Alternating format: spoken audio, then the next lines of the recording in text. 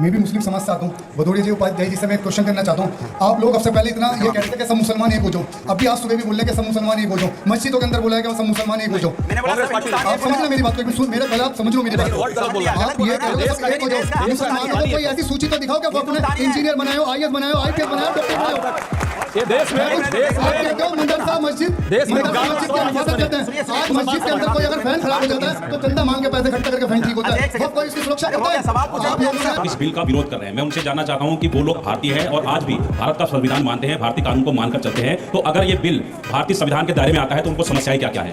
मेरा सवाल हमारे विपक्ष के नेताओं से है। सबसे बड़ी बात आप ये बताएं कि इस लड़ाई को, इस पूरे सिनेरियो को जो वक्फ का भी चल रहा है, इसको मुसलमानों की मजहबी लड़ाई किसने बनाया?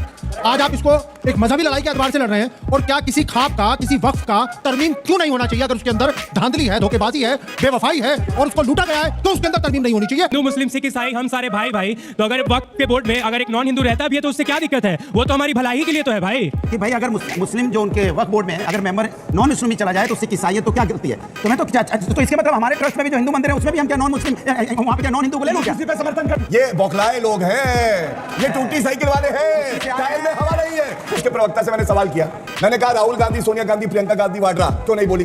वो लोग कहां थे? तो इन्होंने क्या कहा? मोदी जी नहीं थे। तो मैं एक बात कहता हूं, अभी तो मोदी जी नहीं थे, अमित शाह जी है, तो ये हाल है तुम्हारा। जब आई नरेंद्र मोदी जी की आंधी, उड़ गया राहुल गांधी।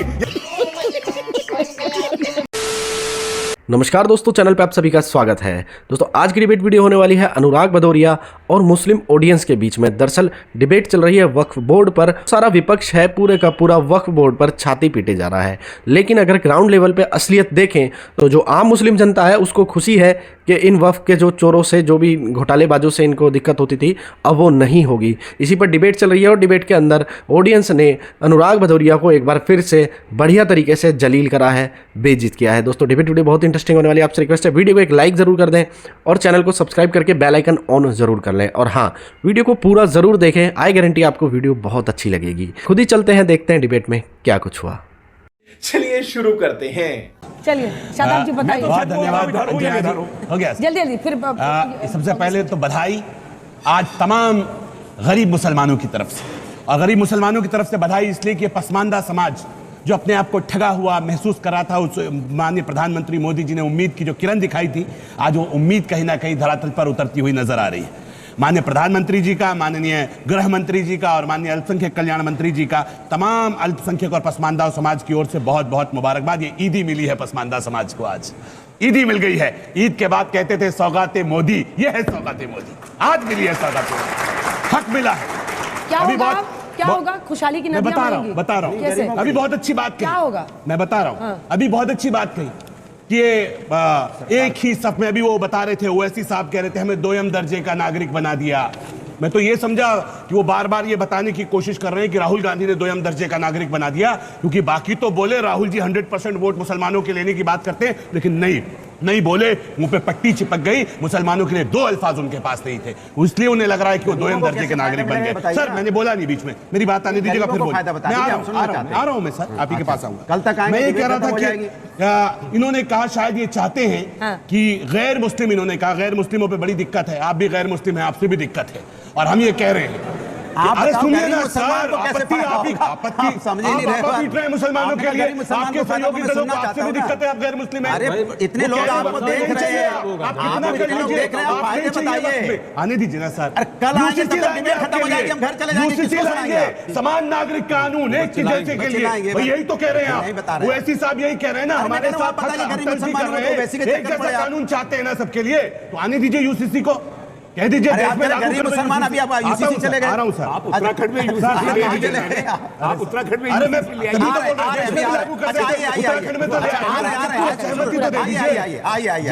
पहला टर्न था, मैंने किसी को डिस्टर्ब नहीं किया, मुझे बिना करे।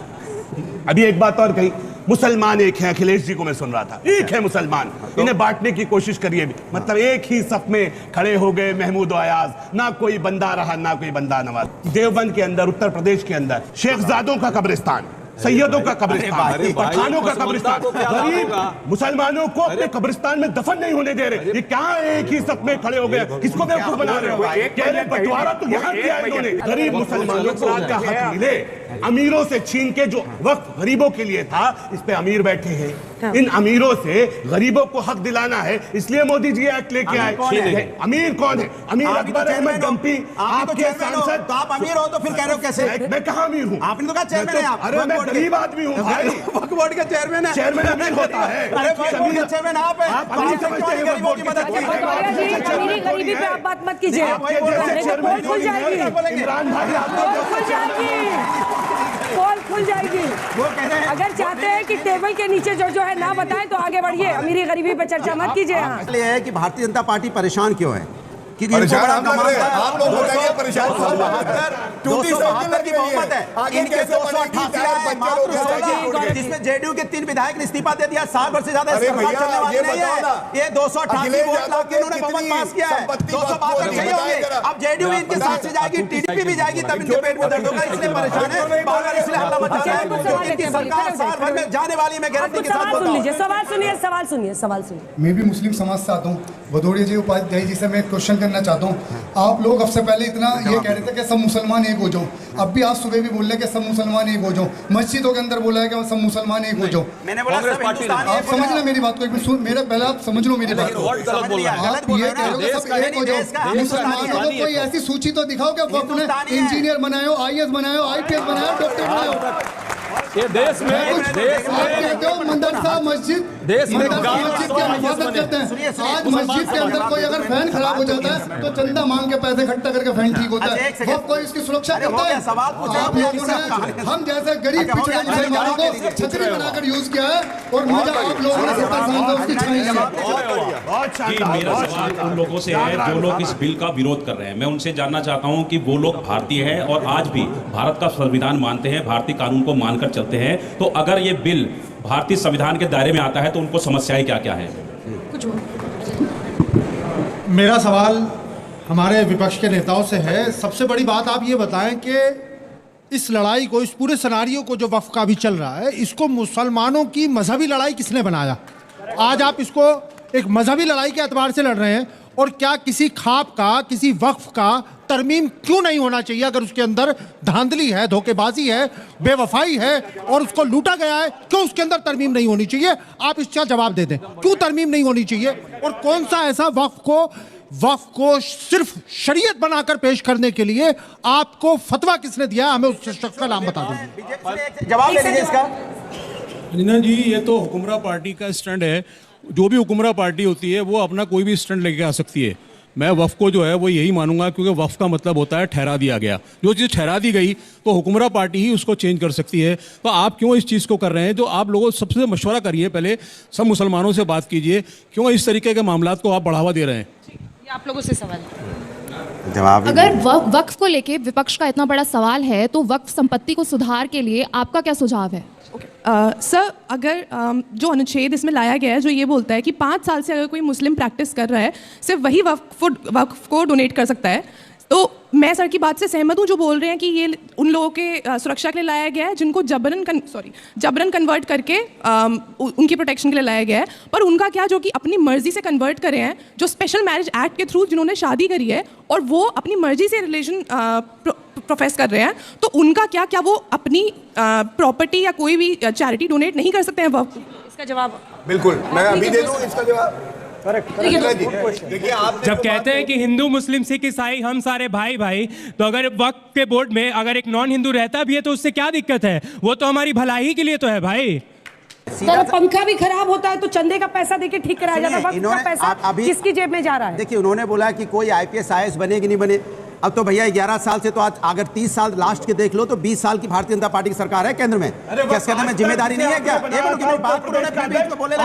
अरे आप तो बोलिए मत, आप तो यहाँ पसमंदा करने लग गए। आपको मैं तो जानता ही नहीं था आपकी कौन सी बिरादरी है और आप उसका विक्टिम कार्ड खेलने लग गए आगे। आप हैं वक्फ बोर्ड के चेयरमैन और बता रहे थे कि नहीं बहुत परेशानी है, गरीबों को क्या हक मिलेगा आप बता नहीं पाए अभी तक। छोड़िए आप क्या बोलेंगे? आप बोले। दूसरी बात, उन्होंने बोला कि हमारे धर्म के लोग अगर, अरे सुन तो लीजिए भाई मेरे, वापस ले लो। किसने रोका है आपको भाई सरकार में? सुनिए, इन्होंने अभी बोला कि भाई अगर मुस्लिम जो उनके वक्फ बोर्ड में है, अगर मेंबर नॉन मुस्लिम ही चला जाए तो सिख ईसाई है तो क्या गलती है? तुम्हें तो इसके मतलब हमारे ट्रस्ट में भी जो हिंदू मंदिर है उसमें भी हम क्या नॉन मुस्लिम वहाँ पे क्या नॉन हिंदू को ले लूं क्या? पे समर्थन कर ले लूं क्या? आप बताओ ना जवाब का सवाल ले लूं क्या? ऐसा थोड़ी होगा। आपको आर्टिकल 26 मानना पड़ेगा। संविधान के 3 प्रावधान बता दो जिसका उल्लंघन हो रहा है, सबको सुना ध्यान से, बता नहीं पाए। दूसरी बड़ी बात, मैंने फायदे गिना के पूछा। देखिए देख रहे हैं ये क्या है ना, हाथ उठाइएगा, हाथ उठाइएगा। ये आप लोग देखिए, ये बौखलाए लोग हैं, ये टूटी साइकिल वाले हैं, टायर में हवा नहीं है। कितनी बार बोलूंगा, दर्द होगा। देखिए उसी साइकिल को अनुराग जी, इन लोगों ने बीच में नहीं बोला, आप हाथ उठाइए, याद दिलाना पड़ेगा। हाथ उठाइए ना, फिर टूटी साइकिल पे ऐसे लिख लीजिएगा, लेकिन पूरा कर बोलेंगे तो जवाब तो मिलेगा ना।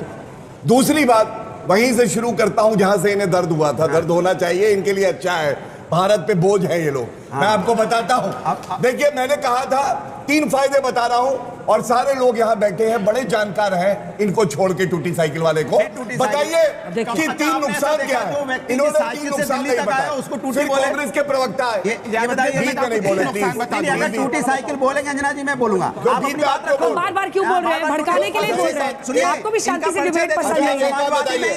समाजवादी से यहाँ तक आए, समाजवादी ने कुछ नहीं दिया है, लेकिन उसी को टूटी साइकिल बोलते हैं। बताइए इसको क्या बोला जाएगा? व्यक्तिगत मत कीजिए। बोलेंगे तो क्या बोलेंगे? बार-बार टूटी साइकिल बोलोगे, टूटी साइकिल पे चल के आए हो, उसी साइकिल से आप दिल्ली तक पहुंचे हो, टूटी साइकिल ही बोलेंगे। सम्मान करना चाहिए, किसी साइकिल ने आपको सम्मान दिया है, उसका सम्मान।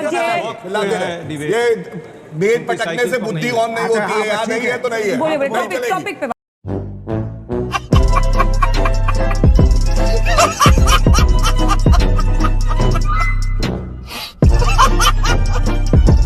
दोस्तों ये भी कोई कहने वाली बात है? टूटी साइकिल, अरे साइकिल का निशान है तो वो टूट भी सकती है। और गौरव भाटिया बार बार टूटी साइकिल टूटी साइकिल टूटी साइकिल। बाकी आपको इस डिबेट वीडियो के बारे में क्या कहना है कमेंट ज़रूर कर दें। फिर मिलते हैं एक और वीडियो के साथ, तब तक के लिए जय हिंद, वंदे मातरम, जय श्री राम।